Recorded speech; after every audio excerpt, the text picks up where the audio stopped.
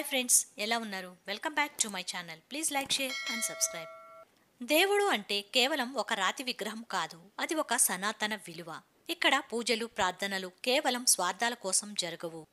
బదులుగా లోక కళ్యాణం కోసం ఆధ్యాత్మిక పద్ధతులు ఒక ప్రక్రియలో జరుగుతాయి. అందుకే ఈ భూమిపైన ఎన్నో దేవాలయాలు, ఎన్నో రహస్యాలు మనకు కనిపిస్తాయి. ఈ భూమి మీద ఉన్న కోటి కోటి దేవుళ్ల దేవాలయాల్లో ఒక్కొక్క గుడి వెనుక ఒక్కొక్క పౌరాణిక కథలు ఉన్నాయి.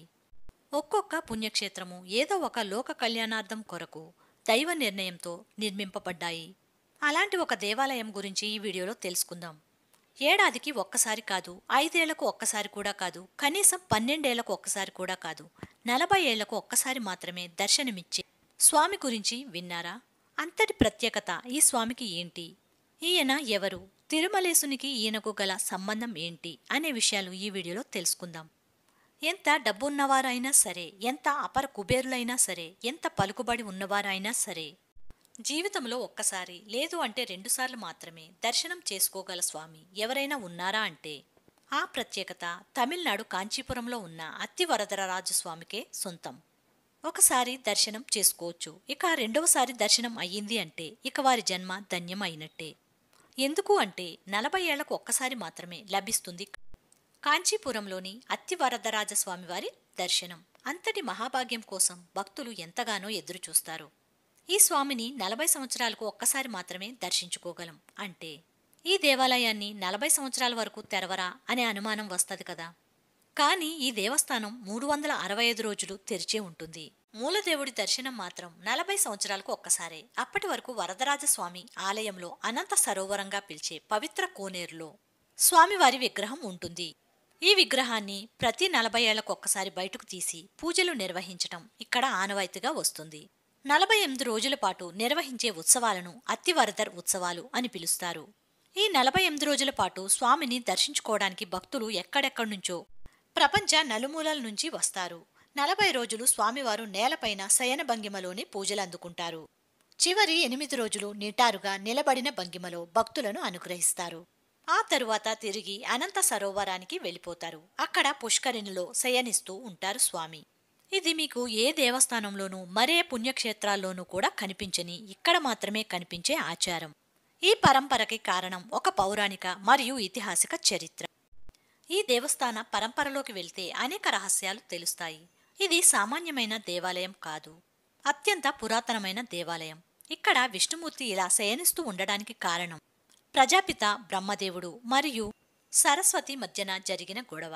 ఒకసారి ఇంద్రుణ్ణి మాతా సరస్వతి నువ్వు ఏనుగయ్యి ఈ భూమండలం అంతా తిరుగుతూ ఉండు అంటూ శాపం ఇస్తుంది. ఇదే విషయం గురించి సృష్టికర్త అయిన బ్రహ్మ మరియు సరస్వతి మధ్య గొడవ జరుగుతుంది. మనస్తాపం చెందిన బ్రహ్మ కోపంతో అతి అరణ్యానికి అంటే ఇప్పుడున్న కంచి ప్రాంతానికి వచ్చి శాప విమోచన కోసం అశ్వమేధ యాగం చేయడం ప్రారంభిస్తాడు. ఈ అశ్వమేధ యాగానికి అడ్డం రావడం కోసం సరస్వతీదేవి మేఘావతి నది రూపం దాల్చి బ్రహ్మను కొట్టుకుపోవడానికి వస్తుంది. ఇప్పుడు ఆ నదినే పలార్ నది అని పిలుస్తున్నారు. అప్పుడు సరస్వతిని ఆపడానికి విష్ణువు అగ్ని నుంచి ఉద్భవిస్తాడు. అలా ప్రవాహంలో వస్తున్న నదిని ఆపడానికి అక్కడ శయన భంగిమలో కనిపిస్తాడు. సరస్వతి నారాయణుని చూసి నారాయణుని మాట విని శాంతంగా మళ్లీ తిరిగి బ్రహ్మలోకానికి వెళ్ళిపోతుంది. అలా యజ్ఞం పూర్తి చేస్తున్న సమయంలో విశ్వకర్మ బ్రహ్మదేవుడి ఆజ్ఞ మేరకు అత్తి చెట్టు నుంచి ఒక విగ్రహాన్ని తయారు చేశాడు. అందుకే ఇక్కడ స్వామిని అత్తివరదర స్వామి అని పిలుస్తారు. తరువాత బ్రహ్మ, దేవా నువ్వు ఇక్కడ అత్తి మహారణ్యంలో ఉన్న గుట్టపై కొలువై ఉండు అంటూ వేడుకున్నాడట. దానికి స్వామి సరే నేను ఇక్కడ అత్తివరదర స్వామి అనే పేరుతో కొలువై ఉంటాను అని వరమిచ్చాడట అని పురాణ కథనం. 40 ఏళ్లకు ఒక్కసారి వేకువజామున 1 గంటకు అనంత సరోవర పుష్కరిణిలోని 4 కాళ్ల మండపం అడుగున ఉన్న అత్తివరదర స్వామి విగ్రహాన్ని బయటకు తీసి శుభ్రపరిచి ప్రత్యేక పూజా కైంకర్యాలు నిర్వహించి ఆ తరువాత వసంత మండపంలోకి స్వామిని కొలువు తీర్చి ప్రత్యేకంగా అలంకరిస్తారు. సిటీ ఆఫ్ టెంపుల్స్గా ప్రసిద్ధి చెందిన కాంచీపురం అంటేనే పురాతన ఆలయాల సమాహారం. వైష్ణవులు అత్యంత పవిత్రంగా భావించే 108 ఆలయాల్లో వరదరాజస్వామి ఆలయం ఒకటి. దక్షిణ పదంలో ఉన్న ఏకైక మోక్షపురి కాంచీపురి. కాంచీపురాన్ని విష్ణుకంచి, శివకంచిగా పిలుస్తారు. వరదరాజస్వామి ఆలయం ఉన్న కొండ ఏనుగు రూపంలో ఉంటుంది. కంచిలో ఉన్న వరదరాజస్వామి ఆలయాన్ని విష్ణుకంచి అంటారు. విష్ణుమూర్తి అవతారమే ఈ వరదరాజస్వామి. 48 రోజుల పాటు ప్రత్యేక పూజలు చేసిన తరువాత 12 అడుగుల స్వామివారి విగ్రహాన్ని వెండి పెట్టెలో పెట్టి ఆలయ పుష్కరిణిలో 4 కాళ్ల మండపం కింద ఈ పెట్టెను చేర్చుతారు. 1979లో దర్శనమిచ్చిన స్వామివారు మళ్లీ 2019లో దర్శనమిచ్చారు. ఇక మళ్లీ స్వామివారి దర్శనం 2059లో లభిస్తుంది. 4 దశాబ్దాలకు ఒక్కసారి పైకి వచ్చి భక్తులకు దర్శనమిస్తాడు స్వామి.